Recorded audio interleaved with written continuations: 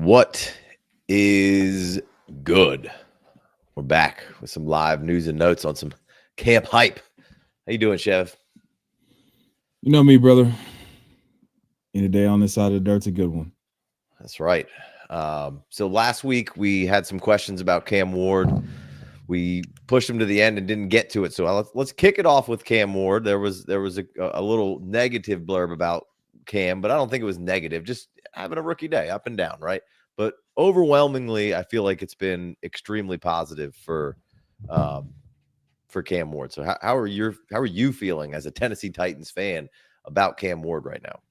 I'm thrilled. He's been everything that I could ever ask for in terms of like all the things that you want to hear about a guy, the way that he conducts himself. And then I was already in on the talent. Like we all know early on in the offseason, I wanted Travis Hunter. Travis Hunter is going to be awesome. Like it's a, but it's a thing. But in terms of what Cam Ward means to the organization, I cannot be happier about everything that I've seen so far. Yeah, he's thrown some picks. Yeah, he's been a little up and down, but I don't care if he throws picks. Mm-hmm. Like I want him to make those mistakes. He's going to make aggressive mistakes because he's trying to test the limits. Like that's how you get better in practice. So I could care less that he had an up and down day. That's going to happen as you transition from college to the NFL. He's one of the most decorated college quarterbacks of all time. People don't talk about that enough. He's the all-time touchdown leader, passing touchdown leader in the history of the NCAA, like FBS.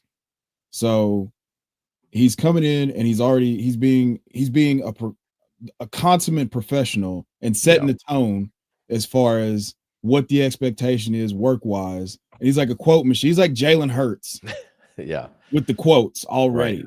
So I could not be more in. I am thrilled. And I told you, I have some aggressive fantasy visions for what this could be. Yeah.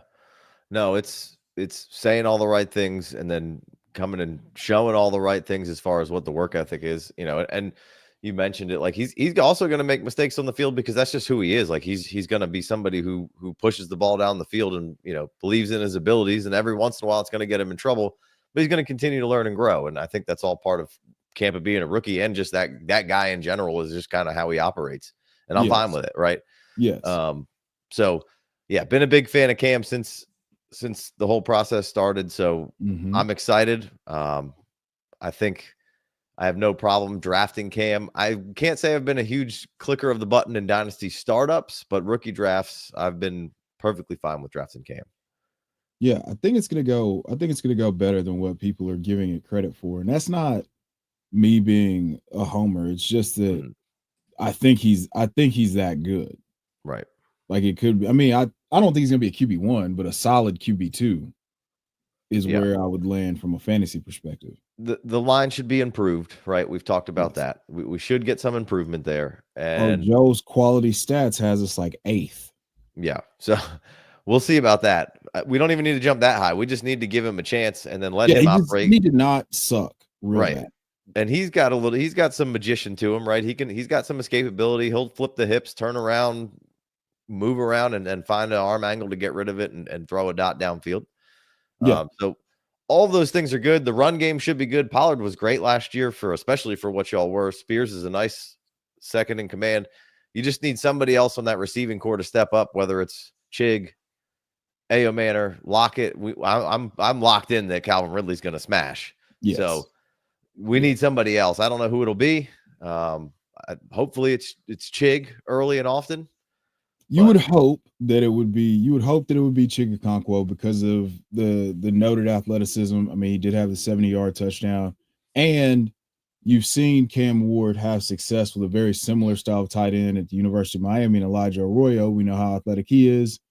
Chig's even more athletic. Now, is he a better football player? We don't know. This is going to be his first real opportunity he's had 70 targets back-to-back years, but good targets with an ability to catch and run.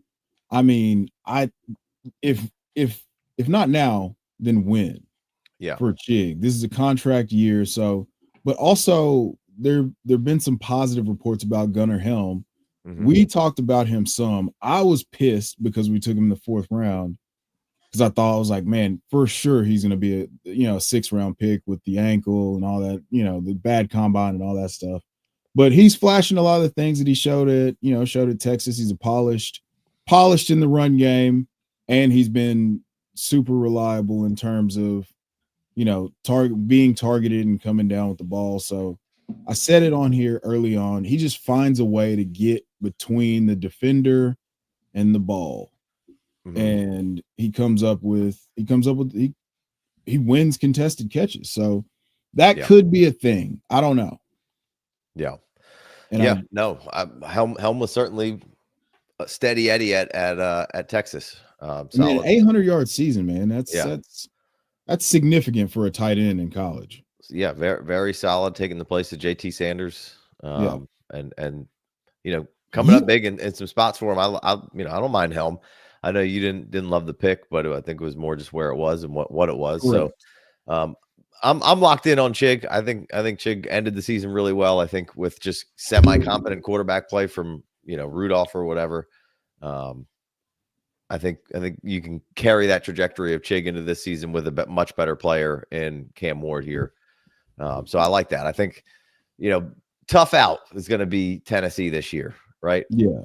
I mean, I'd be thrilled with it not just sucking like it did last year. Yeah. Like just hopeless memes, just week after week of the memes. But before we go, let's talk about Tyjae Spears real quick, because I saw the thing, I think maybe it's on 32 Beat Writers, where he talked about the distribution of labor being 75-25 last year. But they want Tyjae Spears to go upwards of 100 carries.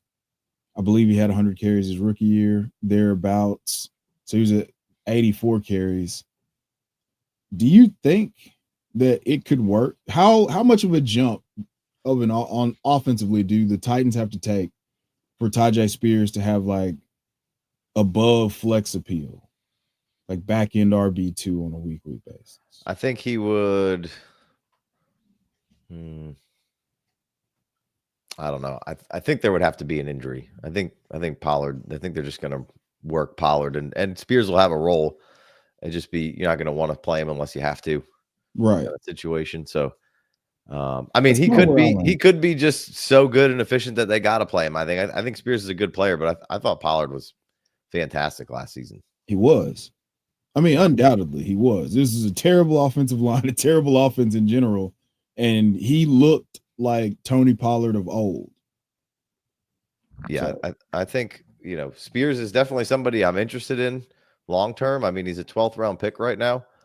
Love the player. I don't know how much run he's going to get. Now, we were talking about reliability and other playmakers. So maybe he is somebody they find a way to just work in a little bit more, especially in the pass game or something. But both receivers it's not like Pollard's a liability as a receiver, Right. So maybe you can get a little bit extra of two backs on the field, but I think they're more of an 11 kind of team for the most part. Yeah, I was looking at that. Last year,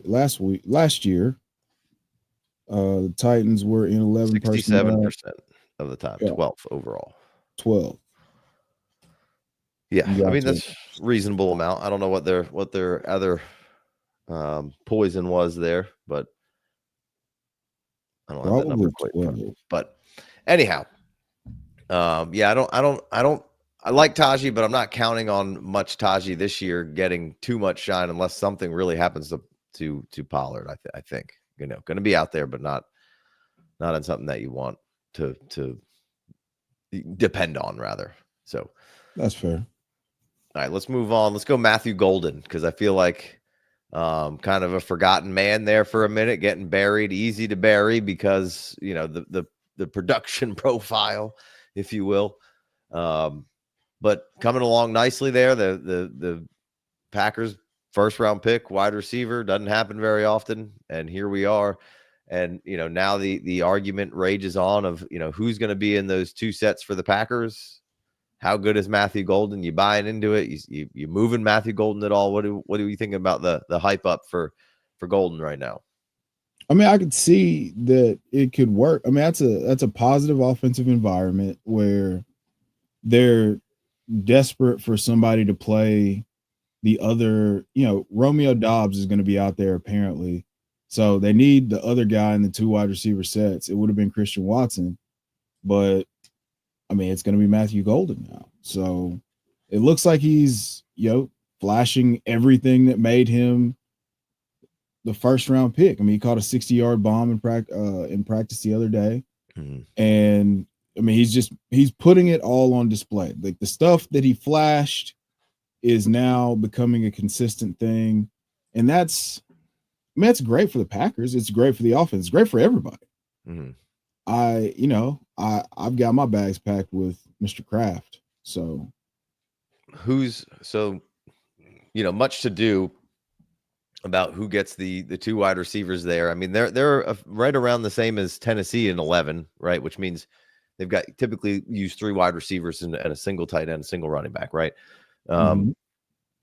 They all, they're 15th and 12 at 24.63%, right? So a lot of hubbub, Jaden Reed getting pushed down because not on the field in 2 wide receiver sets. So they obviously play a lot of 11. So maybe a little slightly overblown, especially the price point of Reed, but like you feel pretty confident that that Golden is gonna be out there all the time. And then who would be the other guy that saddles up with him? Dobbs? Yeah. That's what I think if they're gonna do the whole 2 wide receiver set thing, that's what I think it's gonna end up being. Yeah. You think they do more with Musgrave healthy for longer stretches? More 12? Mm-hmm. They should get back to that. I mean, he has to prove that he's good at football. Mm-hmm. I mean, we know Jaden Reed's good at football. We know that giving him a touch is a positive EPA play. So how much do you want to take that off the field for Luke Musgrave? You know what I'm saying? Yeah. That doesn't seem to make a ton of sense, but he's really athletic. So he should have some sort of role. Right. Yeah, no, I'm kind of interested in buying the dip on Jaden Reed a little bit. I think he's too good of a player to be, just irrelevant, out to be irrelevant and out on. I mean, I think he had a more of an injury than he let on. I think he's that labrum or whatever it was that was going on with him. Mm-hmm. Maybe hampered him a little bit. I would like to see them manufacture him some more touches. They do spread the ball out quite a bit on around, and now you add Golden into the mix, who could be coming in there to dominate some share. So, I'm not saying that I think Jaden Reed's going to absolutely crush it this year, but I think Jaden Reed could have 1,000 yards and 70 some catches and be a red zone issue and then probably he could add another 180 200 yards rushing, which doesn't really equate to too much for you overall. It feels cool when it happens on a weekly basis. That's pretty much what it amounts to, is like, he scored, he got me 16 yards rushing and a touchdown. So has Matthew Golden moved at all in your rookie rankings? No, not yet. I still have him at wide receiver 7. Yeah, no, I wouldn't move him up. Not yet. You taking Matthew Golden over Trey Harris? Absolutely not. Absolutely not. All right. I mean, I had Trey Harris as my wide receiver 3. Mm-hmm. Like not currently. Let's see. Bring it up.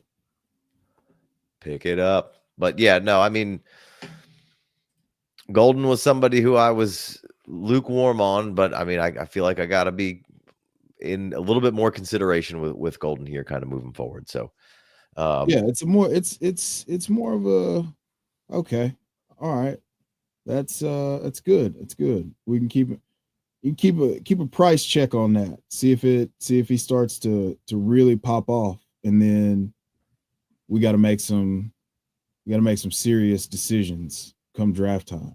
Yeah. All right, Matt Berkowitz. I'm pretty sure that's Matt Cisco, maybe. Buy the dip on Breece Hall. I'm assuming that's what he's saying. But Breece Hall dip. I mean, I'm buying. I'm buying for sure. Breece Hall dip. If that was buy, then yes, I'm interested in buying. We got Cole down here.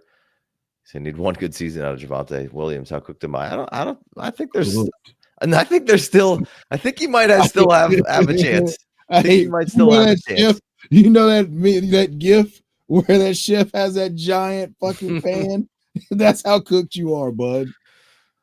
Go get you got no faith in Javonte. Go get you some Miles Sanders and pray about it. You got no faith? No faith? No. I got a little. Was a huge bro. I got a little. You watched him play football. I did. You watched it. You synced it with your own 2 eyes. I did. Synced it. Like, there's no way. There's no way that you think I'll swing on it for where it's at right now and see if we don't get a decent season out of him. We can do a pie to the face Javonte Williams. I'm not that confident in it. I don't care that much. I'm not standing 10 toes down, as the children say. Yeah, you better not put one toe in that shit. It's not gonna feel good. Yeah. It's quicksand, brother. Yeah. All right. Let's hop in here. Let's go over to San Fran. A lot of chatter over there. We got Slick Rick, getting some praise at practice. Obviously, they're down every receiver that they have, right? Yeah. But I mean, so here's the deal. If it sucks, like if it weren't going really well, then you would know that he's not good. But he's killing it, and they're giving him the ball a bunch because he's good. Yeah.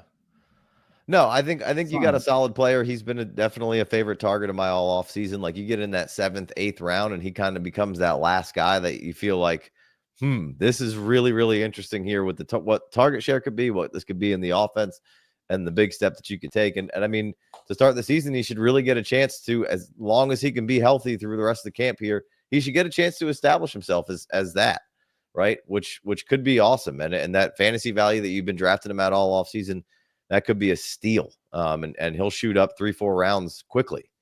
And they'll start saying Brandon Ayuk, who, right?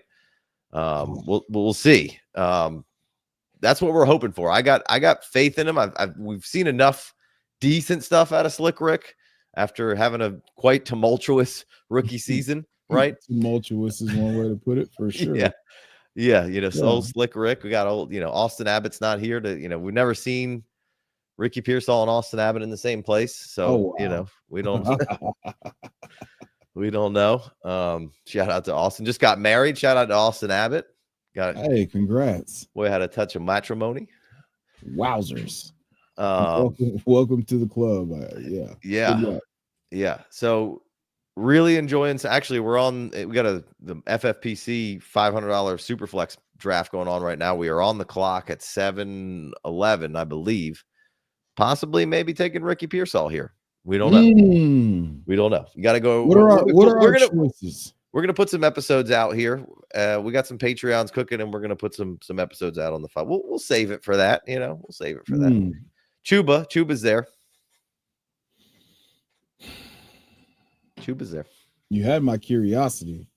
Now you got my attention. Yeah. All right. CMC. You pulling the trigger. What are you? I'm so in. I'm so in again. I'm so in. I am ready. I am ready to hurt again. Same. I'm ready to hurt again. So I have one of my home league drafts. I have the 5th pick. That's why in all our mocks I take the 5th pick, because I want to get as many reps as I can in with the 5th pick and the scenarios, just things, stuff in a full PPR league. Man, if CD and I feel like if he's fully healthy, I have to bet on him staying fully healthy and giving us some ridiculous fantasy goodness. The 5th pick, man. Am I crazy for wanting to take him with the 5th pick? I think I got him at 6 or at 7. I think after Gibbs, CD, Jefferson, Bijan, Saquon, and Chase. I think I would take him over Justin Jefferson. I mean, you could be right, but Billy Joel also said you may be wrong. So, but you just might be the lunatic I'm looking for. So, I mean, CMC is out here. He's either going to make or break it, and I'm ready to bet all in again. Like look, they should, and the blurb as much mentions, are they going to give him a little? They should funnel some Garendo in there and inject a little Jordan James into that backfield. They need to have some sort of a rotation. You have 3 guys who can do some different things. Obviously, CMC can do everything, but like you have 2 other guys. Jordan James is, everybody loves what he's giving you right now. He can give you that sort of Jordan Mason-esque role to that offense. Garendo can give you that, hey, give me a lane and I'm going to hit it and take it. But even if they do mix that in a little bit, which I think they should, if CMC plays all 17 games, he's going to be an elite fantasy asset. Yes. He's going to be. I mean, there's really no in between. It's like, does he play? Yes. Was he awesome? Also, yes. Mm-hmm. Does he play? No. Is he? And then that's just it. I mean, he was average, I guess, for the time that he was in last year, but he still was getting his normal share. Yeah. So he just started to look. He looked great in that Buffalo game, and then the thing happened. Yeah. No, I'm with you. We're doing our top 36 for Redraft channel over there. Make sure you check that out if you haven't. Go over and subscribe on Spotify and Apple to the FFD radio over there. Get everything that we got going on over there, as well as Fantasy Channel on YouTube. Make sure you check that out. But I think I have him at 7. Would you trade Knoll for Myers? Yes. Like I would trade Knoll to get Myers. If obviously I don't want to trade for Myers if my team stinks. I'd like to keep the young asset and see what happens. But for the most part, I want Jacoby Myers as I don't know what we were doing last night. Oh, we did the AFC West on Patreon. Gave so much love to Jacoby Myers. Yeah, man. So, yeah, I mean, if you need a starter, sign me up for Myers.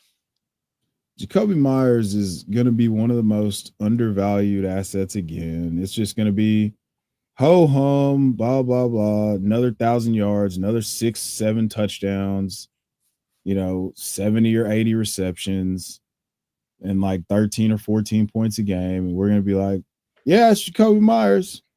Yeah. It's pretty cool. He's just a good, solid cotton tee and a pair of jeans, baby. You can count on it. Looks decent, clean. Love it. I love Jacoby Myers, man. He is just a machine. He's a fantastic football player. And I think Gino and him are going to be, and this new system is going to be great.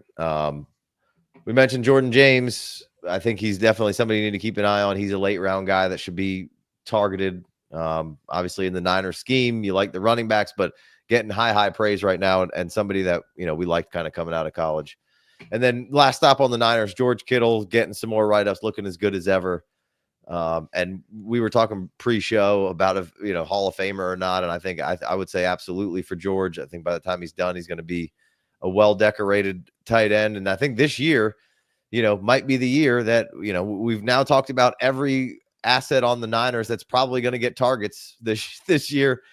Somebody else may step up, but right now it's got to be Kittle, CMC, and Pearsall as your main attractions, right? So, George Kittle is such a great pick right now in redraft and best ball. And I mean, in Dynasty, if you need a tight end to go try to win a championship, I think Kittle's got your name all over it this season, right? I mean, he's always been great, but I think this might be the season where his reception total comes close to those other guys that we always are. Well, Kittle doesn't quite catch all these balls, but he's so damn efficient and he scores touchdowns and a lot of yak and yada, yada, yada. This might be the season where you see that reception total be closer to, the big volume dogs. Yeah, I think this is the one, like the elite, the one season that they reference when they're like, this was the elite season for George Kittle, where he gives you 13 or 1,400 yards and double-digit touchdowns or something like that just solidifies the fact that he's one of the best to ever do it. So I'm really excited about George Kittle. I think that the way that they're going to have to run the offense, it's going to go, obviously CMC gets his targets and does what he does, and Kittle has been the only tight end to go over 1,000 yards with 90 targets ever. And I think that number is going to go well north of 100 this year. So I expect him to absolutely smash. Yeah. Where do you guys have Igbokwe in redraft? Do you pick him over Golden on a little callback there? You picking, I think we got just some new redraft ranking or some new redraft ADP just the other day. So I can pull that up for you, kind sir. Yeah, I'm on it. I think it is 903 for Igbokwe. Golden's right there. 902. Yeah. So Golden going ahead of him. I think I would probably take Golden in redraft. I would. Based on, I'm gonna go Igbokwe. Yeah, I mean, I'm gonna go. I'm going with the guy who we just talked about, going to be out there maybe all the time for them, and as a first round pick, and obviously Igbokwe is too. But when Godwin gets on the field, I think Igbokwe will still be out there. And maybe Godwin's not right, and the answer is Igbokwe all year long, right? But I think I'm still leaning Golden there by a hair. Dynasty, I'm taking Igbokwe. So that's fair. I'm gonna take Igbokwe. I'm gonna take Igbokwe in redraft and Dynasty. All right, I like it. The name of the redraft channel there is the FFD Fantasy. So instead of just the FFD, it's the FFD Fantasy. So that's got the redraft channel over there. I'm sure Jason can provide a link in here if he's listening somewhere. Get the boys a link. All right, let's keep it moving. Let's go over to Washington. Let's go to the Commanders today, getting some positive buzz about some questionable guys that we were a little questionable, mostly about Debo, right? Debo getting some love, and he's been somebody all offseason that I've just thrown up the Family Feud, wrong answer. I don't know, but as we're getting closer and closer, I'm starting to have some, like I just had a 7-12, 8-1 turn, maybe. I could double check on what that would have been, where Debo was there and I clicked the button for the first time. And I got to say, kind of liked it. How did that be? Kind of liked it. Oh, boy. He slipped the finger. He slipped the Debo in. Mm-hmm. Slipped that Debo in. Now, I think that I've seen the same thing that you're alluding to, and it's just 7-12, 8-1 turn. If it's gonna happen, this is gonna be the opportunity. I mean, he has a chance to really step forward with Terry McLaurin being, out, and he has a chance to develop real chemistry with Jaden Daniels, and Cliff Kingsbury can figure out how to use him. And I mean, the blueprint for how to use him is out there. He can make choices on how that makes his offense function and how he fits into that. So if Debo's consistently out there making plays, looking like the best player out there, as it was reported by one of the beat reporters, then he's going to be a steal in the 8th round. And you've seen multiple wide receiver 1 seasons for him, just when he plays and he's utilized in a way that accentuates what he is, a yards after contact monster. So that it's possible. I mean, we all thought he was cooked. I thought he was cooked, but if he's not cooked, that's a great value in the 7th and 8th round. Yeah, I mean, it should be, it should be awesome. Theoretically, what they should be able to do with Debo in that system and kind of how they operate. Yes. It should be awesome, right? We should be able to do some fun stuff with McLaurin, which you got to figure that out. Right. You have a ridiculous rookie quarterback, and then Debo could be in there. Just, the thing with Debo and the thing with him with San Fran was, I mean, he set the tone for San Fran. Like if Debo was going and Debo was causing problems and Debo was out there being physical, you probably weren't beating the Niners that day. Like you just weren't. Like he was kind of the engine that stirred that drink. And now, they got to retool here. And looked at times last year like, looked a little big, had some medical stuff. It looked a little big. It's crazy. Looked a little big. It's crazy. You wouldn't ask him if he was when they're due, you'd stay away from it. You just, you know.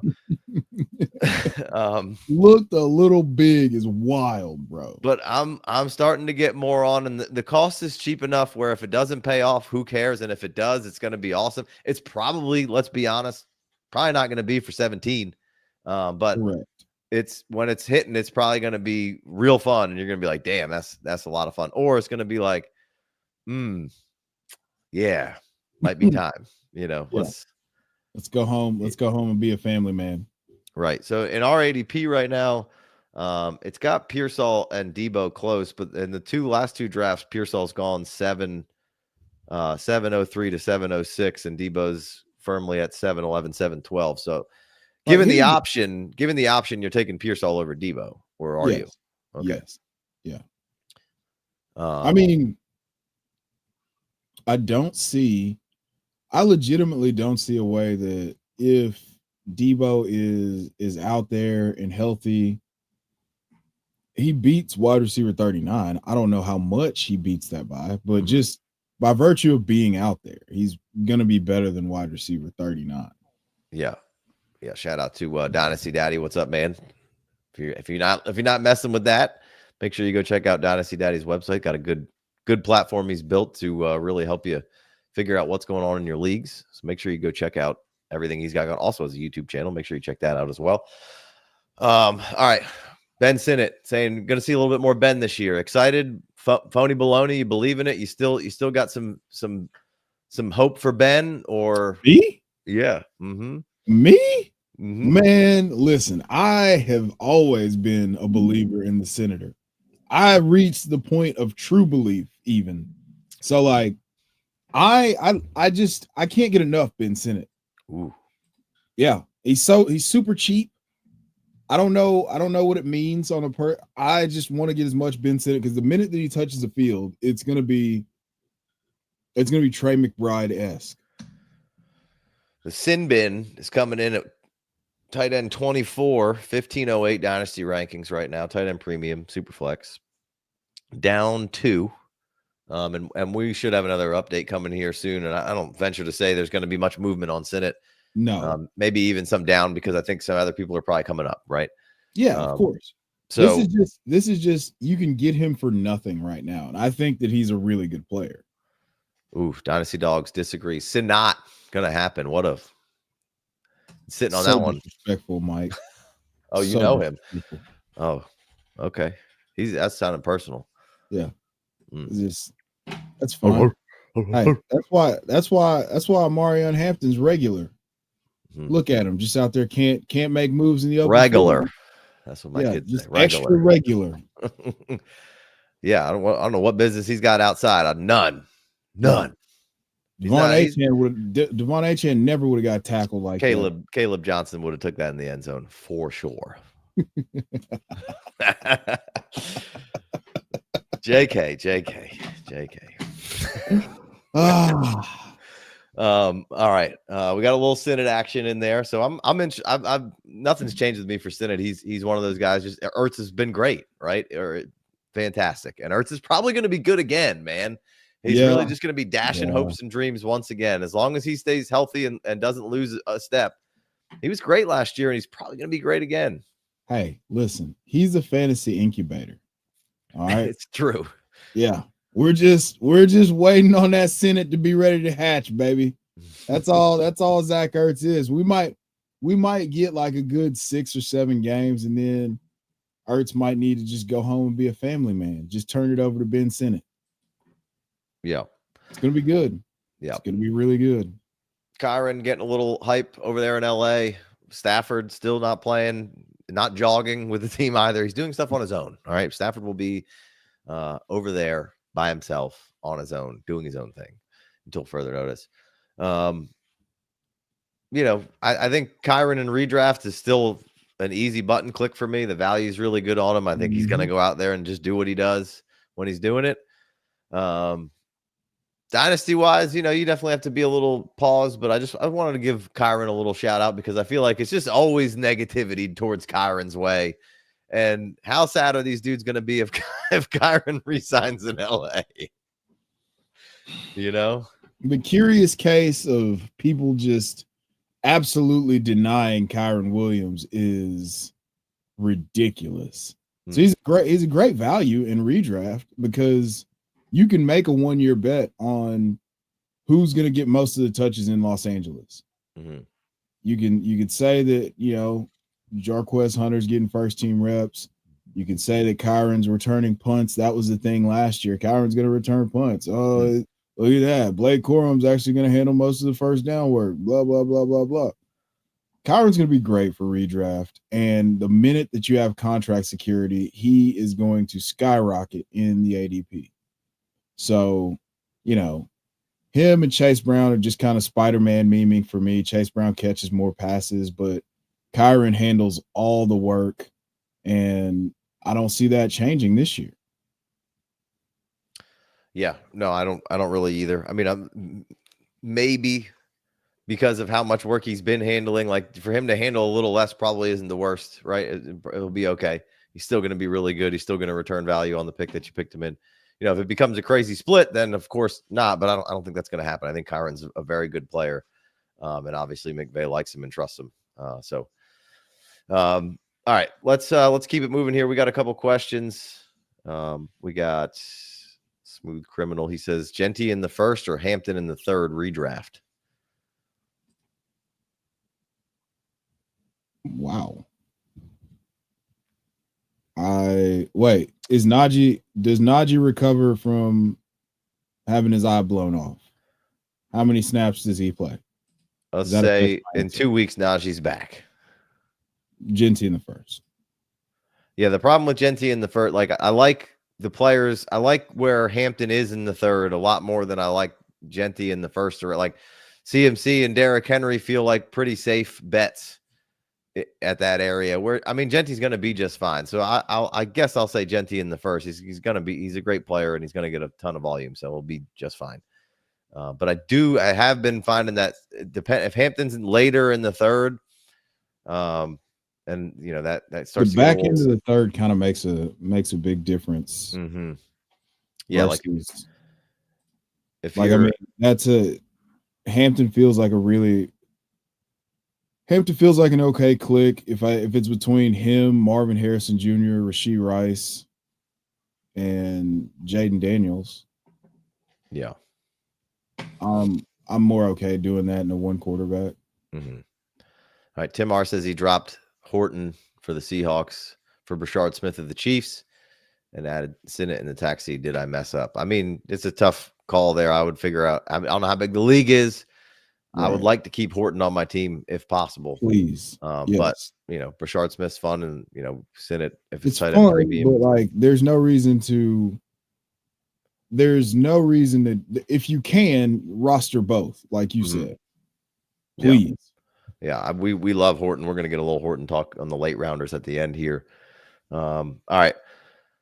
Loveland back on the field, getting plenty of love and run. And then boys just talking about, you know, kind of what he does out there. And Loveland has body language and he's kind of got a good, easy communication as far as the way he presents himself on the field.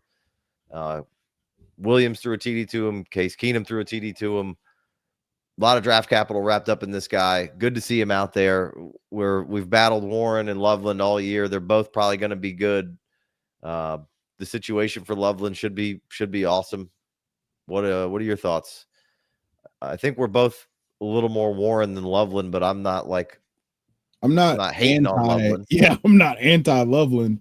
I have shares of Loveland as well because I mean it's really hard to ignore a track record like Ben Johnson's with a tight end that is, you know, elite athleticism wise, pass catching wise, catch radius, all that good stuff. We've seen him provide elite fantasy production. So it'd be irresponsible to ignore that. And it's not a surprise. You knew that Colston Loveland was an accomplished receiver. You just had a very small sample size. So it's kind of the Ladd McConkey type of thing where you seen small samples of this dude being absolutely electric, but you wonder if that's something that's going to carry over if you give him volume. And it seems like it is going to translate. Yeah. Yeah. No, I mean, I think Komet's going to be out there. They're going to obviously run some 2 tight end stuff. They're Ben going to likes run a some lot 2 of 2 tight end tight ends. stuff. Last year, Detroit was like 4th in 12 personnel or something like that. Kmet's also getting some love. I think Loveland will have his time to shine this year, just like Warren will have his time to shine. I don't know if both of them will be like consistent assets you want to be starting week over week. Right. But I think both of them have a trajectory to be really, really, really good high-end tight ends in this league for a really long time. But I do think Kmet could be a little bit of the thorn in the side of Loveland to start this thing because he's a veteran. I think he's a good player. And Ben Johnson's been really loving on some Kmet. Obviously, a ton of capital wrapped up in Loveland as well. So I'm not trying to act like Loveland's just going to come out there or Kmet's going to come out there and just cock block Loveland all year long. He's going to get his, and he's obviously going to play a lot. And big part of what he wants to do. We know Ben wants to get that tight end involved, right? We've seen him take, and that's why we're so interested in Loveland. We've seen him take Laporta up to tight end 1, 2, 3, right? Yep. So, the thing with this is you have to be a little bit more cautious in redraft because you won't know. They can run a ton of 12, and then if that the target tree itself has a lot of shaking out that needs to be done. So it's not a clean picture in terms of you creating a path to Colston Loveland seeing 100 targets this year. Mm-hmm. Like if you told someone that he was going to see 100 targets, of course he's going to be a top 5 tight end. Maybe tight end, like maybe higher than that. So probably 3. Right. So, but you can't do that right now. So that's what makes it such a sucky bet for 2025. But moving forward, you have to be really excited about this start that Colston Loveland's off to, because he's just proving everything that you thought when you clicked the button after after the NFL draft. Yeah. Well, since we're on the Bears here, we'll dip into the late rounders a little bit that we're going to end with. Kyle Monangai getting some love from Ben Johnson, right? I think Swift's got a hold of the start of the season of being the guy for them and doing a lot. And they're obviously, from where he came from, they utilize 2 backs really well. Will they do the same thing here? I don't know. He's basically come out and said, hey, this is not the same. We're not doing I don't have Montgomery and Gibbs, so maybe I'm not going to run as much with 2. He probably will. I would assume so. And Swift's going to have a hold of that. But there are 2 guys on the back end here, Monangai and Roschon, are super interesting. And both are just really, really obtainable and really, really cheap currently. So to me, if I don't have Swift or if I do have Swift, I want one of those guys. And if I don't have Swift, I wouldn't mind getting both of those guys and just seeing what happens because they're so cheap. Yeah, I mean, they're throw-in players at this point in any single transaction that you're going to make. Nobody's making you pay a Roschon tax. Nobody's making you pay a Kyle Monangai tax right now. So just throw that in there, add it in, just see what, and then we can just kind of see how the season shakes out. We both think, DeAndre Swift's going to get the ball first. If he stinks, that opens up possibilities. We don't know. They didn't really use Roschon. Roschon wasn't used last year, but you could create, some sort of path in your mind for him to get the goal line role. Like he was used in some of the games with with Chicago last year. So yeah, it's cheap enough to where who cares if it doesn't happen. If it does happen, found money in step 3 to generational wealth. Yeah, Roschon's a 1701. Monangai's an 18th rounder right now. So both guys are really cheap in Dynasty. That's super flex side and premium when we talk about ADP, right? So both guys super obtainable. Both guys have a shot. I'll take Monangai, but I've FFPCs. I've definitely drafted some Roschon, right, in those rookie drafts this year that get a little late. FFPC works a little different. You get like 7 rounds and a bunch of veterans go back in. You cut down to 16. I got Roschon on a bunch of benches right now, just seeing what happens. He might be a first cut, but it's a lottery ticket right now, man. It really is. That's what I'm saying. Really, it costs you absolutely nothing to figure out if he's going to be the goal line back in an offense that we think could take a major step forward with Ben Johnson. If it's even close to what it was in Detroit, that's a way higher fantasy ceiling than you had in Chicago last year. Yeah. All right. we want to stop by Jaden Higgins real quick before we get to the rest of the kind of late round guys that we want to talk about. Because we've, Christian Kirk's been getting a lot of love on the show recently of just, the slot demon. They're loving him. They're talking about the switch of the offense and getting rid of the Slowick and bringing in, a new style of offense that they think is going to give him a shot in the arm and a little bit more fits what CJ wants to do. I think Stroud's a nice buy. I think Christian Kirk, if you need a cheap wide receiver who could produce for you, but long term, man, Jaden Higgins is somebody who's quickly becoming a must have. Yes, hey, welcome home. This is a great landing spot, great opportunity. He's showing you everything that we talked about him being, and the Texans are thrilled with what they got. I mean, we're not gonna say I told you so, but I mean, dude's really good at football, and he's just out there being really good at football. So we should believe that he's gonna be, guess what, really good at football. Like, I'm really excited. I'm really excited to see what it looks like. I don't think that, I mean, there's a world where he does some really cool stuff. I mean, and is extremely relevant for fantasy, but I just want to see him thrive in a role. If he gets a bunch of targets early, I think he's going to be awesome. But I haven't set my expectations very high from a target. If he gets 100 targets, I think that's going to let us have like a wide receiver 3 type finish for fantasy. But it could be much higher, but I don't know what the target ceiling is going to look like. Yeah, we'll see. If Christian Kirk survives the whole season, that could have a decent amount of bearing on what his target ceiling looks like. Right? See what I mean? Yeah. If that wasn't a question, then wheels up. But I think it's still going to be wheels up. What you're going to have to worry about also cramping that target ceiling is Woodrow Marks.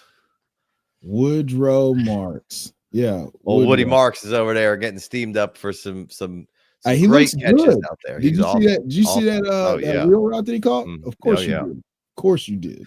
His cousin sends it right to me. I mean, we're just at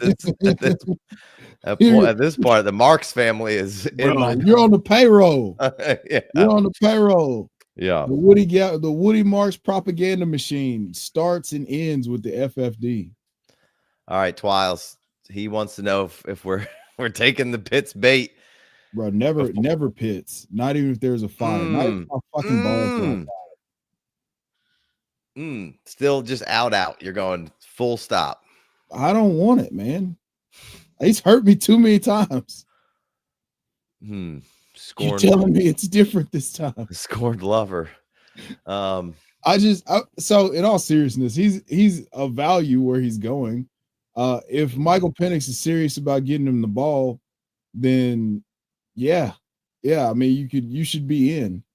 He's going to be your tight end too at that point. I would highly suggest him being your tight end too. Don't punt tight end that far unless you just want to hurt yourself. Yeah, I will take the bait one more time. I can't help myself. He said he changed. Yeah, he's saying all the right stuff.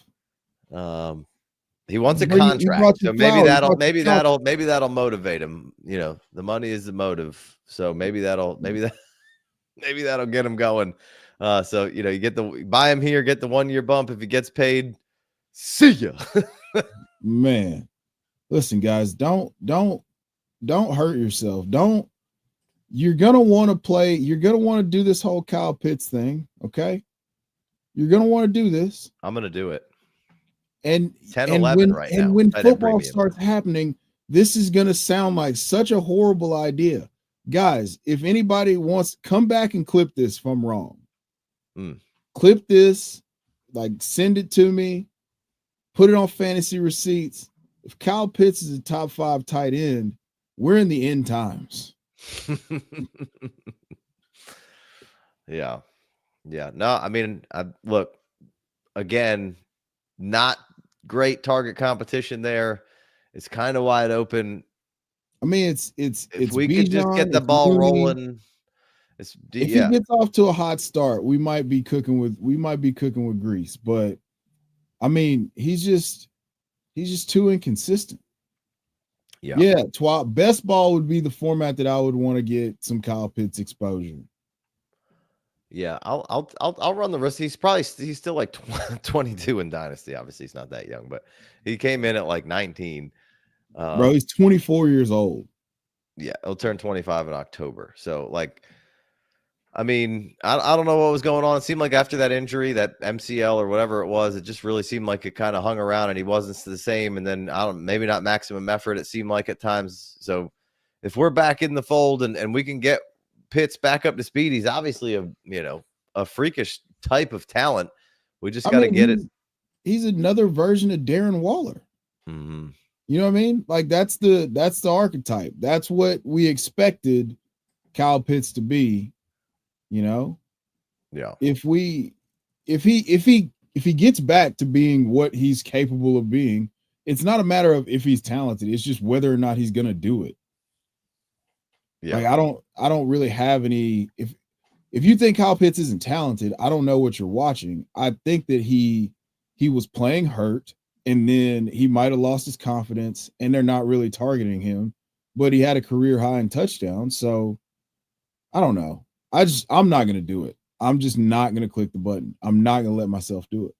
Yeah. I mean, Michael says no Pitts, stop it. And then Twiles says he ain't rapping yet. He ain't rapping yet. So so you're saying there's a chance.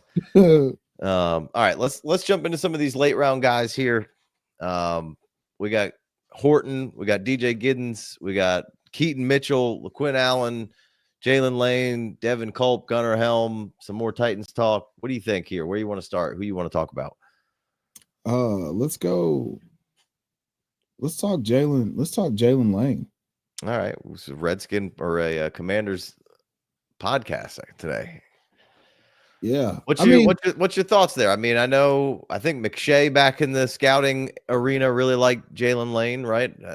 That's really, I don't know. I'm not Virginia Tech, not terribly dialed in on the game of, I'm not familiar with your game. No. So, I mean, it's the slot receiver. So, you know who he reminds me of? Malik Washington. So, like, that's the well, now you've got me. Now I'm going to just click the button. Yeah.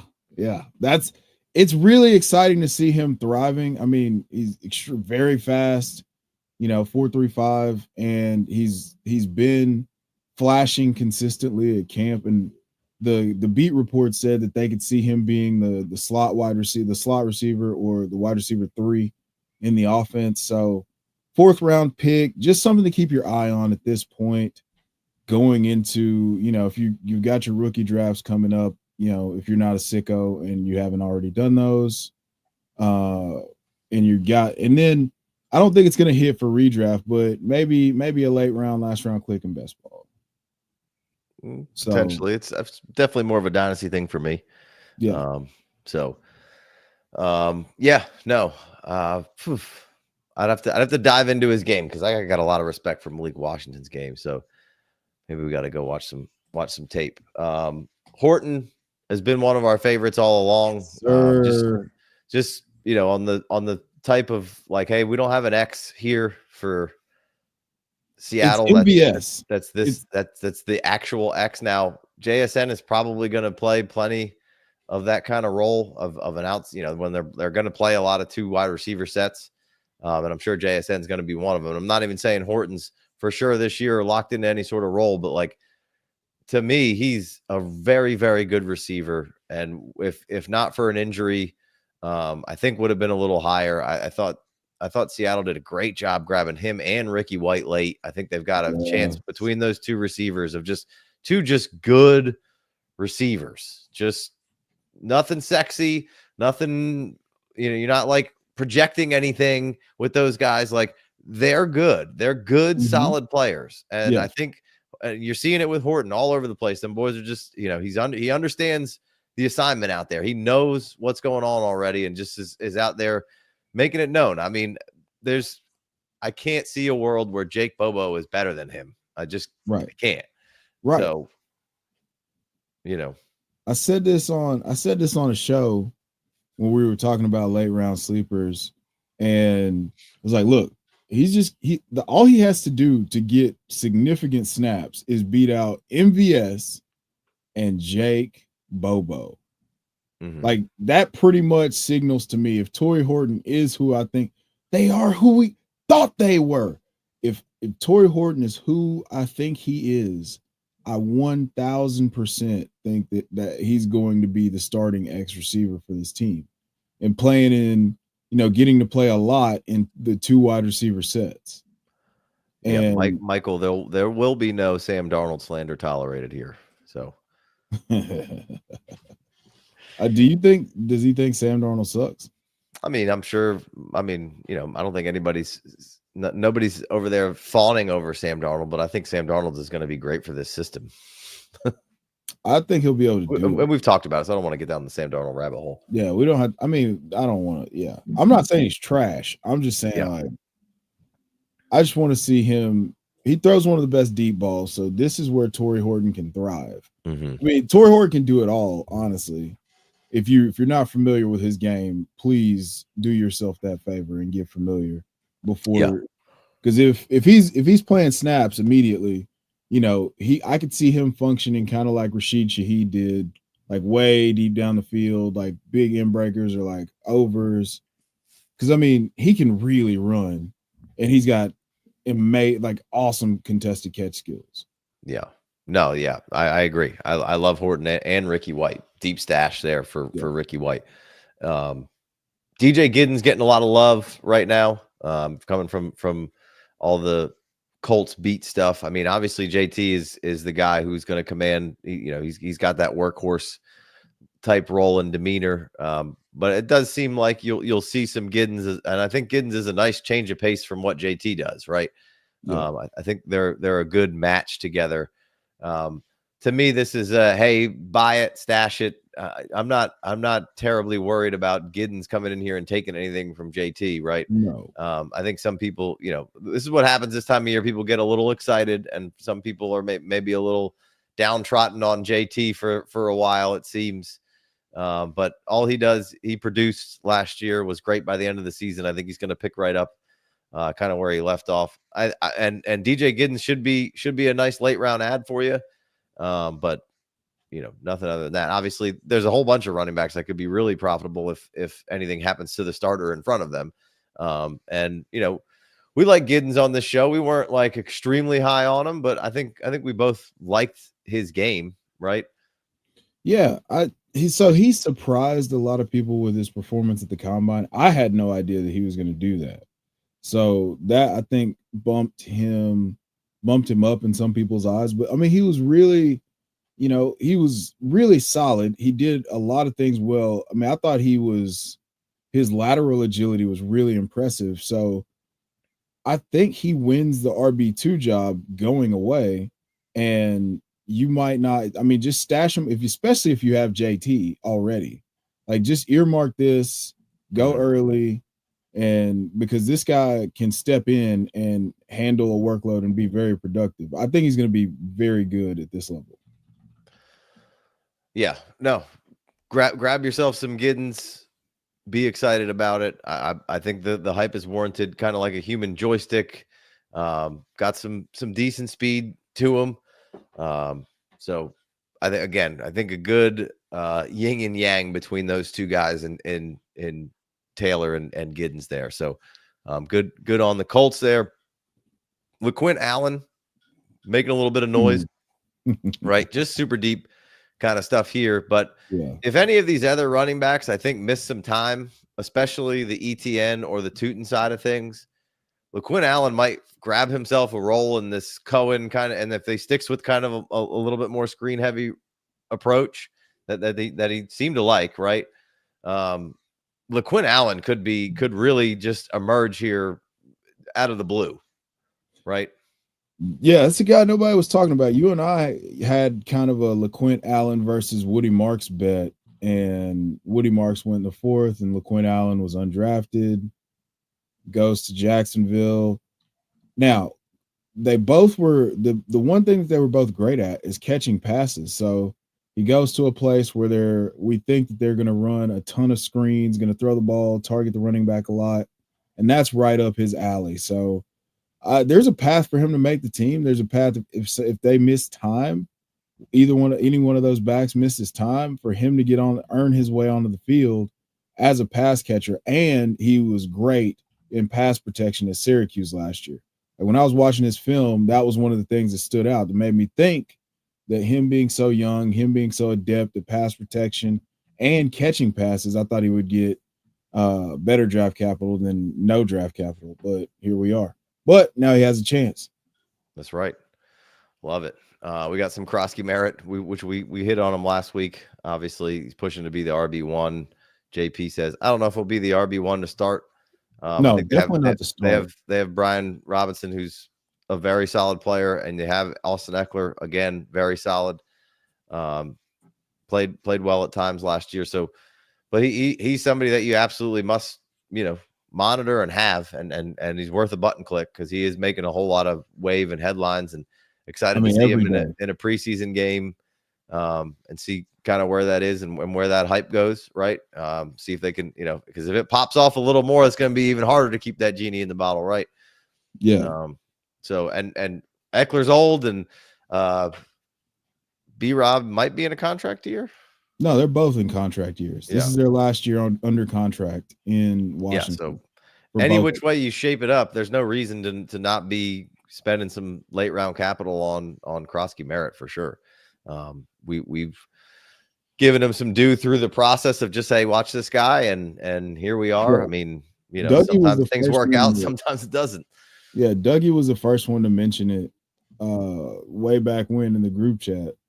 And then I did some digging, and he's just passed the test time and time again. I mean, you've got to do a lot as a seventh rounder to even make any sort of impression, and he's just been raising the bar of expectation every single time. Mm-hmm. So I'm anxious to see. I want to look up if they have joint practices this week or if they're practicing with anyone. Yeah.